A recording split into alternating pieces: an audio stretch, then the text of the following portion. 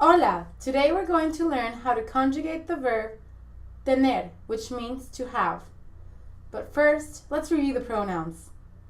Yo is I, tú is you, él is he, ella is she, usted is you formal, nosotros is we for a group of males or males and females, nosotras is we for a group of females, ellos is they for a group of males or males and females, ellas is they for a group of females, and ustedes is you all. So now we are going to conjugate the verb tener, which means to have. Repeat after me. Yo tengo, tú tienes, él tiene, nosotros tenemos, ustedes tienen. Muy bien.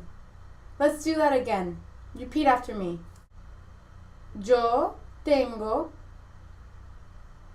tú tienes, él tiene, nosotros tenemos, ustedes tienen.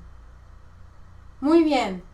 Now I'm going to quiz you. I will say a pronoun in Spanish and you will conjugate the verb tener, which means to have. Tú, ustedes, él, yo, nosotras, usted, tú, nosotros, ellos. Muy bien. Now you have learned how to conjugate the verb tener, which means to have. Nos vemos!